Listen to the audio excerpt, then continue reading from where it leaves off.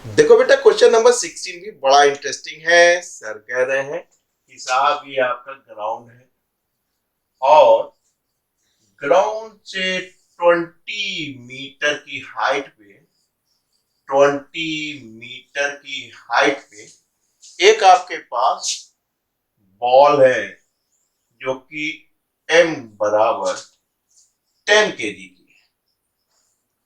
m is equal to 10 kg। है right बेटा? यहां से ये ड्रॉप हुई है। ड्रॉप का मतलब समझ रहे हैं? रिलीज का, ड्रॉप का मतलब होता है उसकी इनिशियल वेलोसिटी जीरो है। उसकी इनिशियल वेलोसिटी बेटा जीरो है। कितने हाइट से? 20 हाइट। और हमेशा पोटेंशियल एनर्जी कहां से निकालोगे? तो इसका मतलब है ड्रॉप हुई है, रिलीज हुई है, काइनेटिक एनर्जी है नहीं, इसका मतलब पोटेंशियल एनर्जी है। पोटेंशियल एनर्जी कहां से नापते हैं बेटा? हमेशा ग्राउंड से नापते हैं कि ग्राउंड से कितनी हाइट पे है। तो कह रहे हैं कि साहब इसकी पोटेंशियल एनर्जी बताइए। तो आपने कहा पोटेंशियल एनर्जी ही है इसके पास, क्योंकि वेलोसिटी तो है नहीं, रिलीज की गई है, जस्ट न्यू है, ड्रॉप की गई है। तो ये बराबर mgh के होगी। m आपके पास 10, 9.8, 2.0। काम बन गया। आपने कहा इससे ये कैंसिल कर दीजिए, इससे मल्टीप्लाई कर दीजिए, 16 और 18 19, ये एनर्जी। यानी कि पोटेंशियल एनर्जी इसके पास कितनी है? 1960 जूल या 1960 जूल इसके पास पोटेंशियल एनर्जी। अब क्या करें? देखिए, अब यहाँ पे law of conservation of mechanical energy लगने जा रहा है, जो मैं आपको सिखाता हूँ अपने पेरेंट यूट्यूब चैनल फिजिक्स फंडा बाय आलोक सोती। दोनों जगह मैं ही पढ़ाऊंगा, परेशान बिल्कुल नहीं होना आपको, क्योंकि बहुत ज्यादा लोड बढ़ रहा था, बहुत ज्यादा वीडियो हो गए थे, इसलिए उसको बच्चे ढूंढ नहीं पाए थे, इसलिए सेपरेट कर रहा हूँ। आप कह रहे हैं जब ग्राउंड से 8 मीटर की दूरी पे है, ग्राउंड से दिया है, ध्यान रखिएगा 8 मीटर।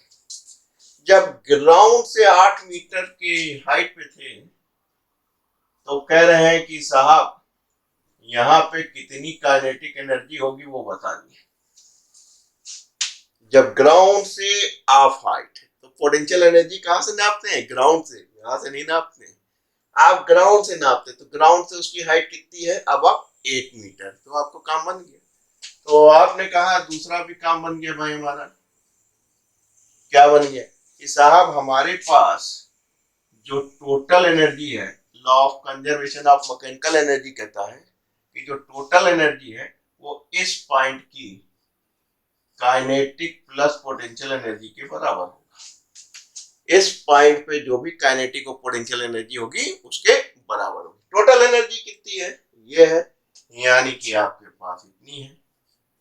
काइनेटिक निकालनी है, यहाँ पे कितनी हो जाएगी पोटेंशियल एनर्जी? ध्यान रखिएगा, हमेशा फंसाएगा एग्जाम में।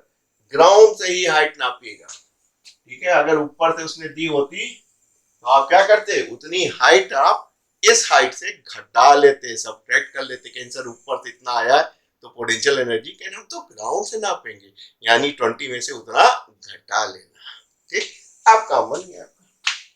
आपने कहा 196 is equal to kinetic energy plus m 10 9.8 into 8।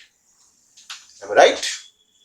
आपने कहा सर इससे ये चला गया और काइनेटिक एनर्जी प्लस दिख रहा है। हाँ दिख रहा है। 8 8 64, हाथ लगे 6, 9 72, 6 78। बस काम बन गया। इसलिए आपकी जो काइनेटिक एनर्जी है कितनी हो गई? 1960 में से 784 घटा दीजिए। राइट? बिल्कुल सही चल रहे हैं, घटा दीजिए। 10 में से 4 गए, 6 बचा। अब बचा 5, 15 है, 7 9 14 1 15, 17 बचा। और यहां से एक कम हो गया, 8 में से एक गया 1 1, यानी 1176 जूल। राइट? तो आपका हो गया। तो ये law of conservation of mechanical energy आपने लगा। तीसरा पॉइंट बड़ा इंटरेस्टिंग है। कह रहे हैं कि साहब ये बताइए कहीं एनर्जी का लॉस नहीं हो रहा है, तो जब यहां टकराएगी तो बताइए कितनी काइनेटिक एनर्जी होगी। तो आपने कहा फिर हम यही law of conservation of mechanical energy लगा देंगे।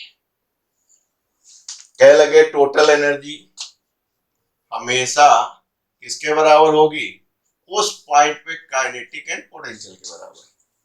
बहुत बढ़िया जस्टिफिकेशन आ गया। टोटल एनर्जी जो आप यहाँ पे थे यानी कि 1960 या 1960 काइनेटिक एनर्जी मिलेगी। क्यों, यहाँ पे देखो बेटा ग्राउंड से नापते तो हाइट क्या हो गई, ग्राउंड पे 0 हो गई। तो जब 0 हो गई, h बराबर 0 हो गया तो पोटेंशियल एनर्जी क्या हो गई, 0 हो गई। तो आप कह सकते हैं कि पूरी की पूरी एनर्जी काइनेटिक एनर्जी में कन्वर्ट हो गई। राइट बेटा।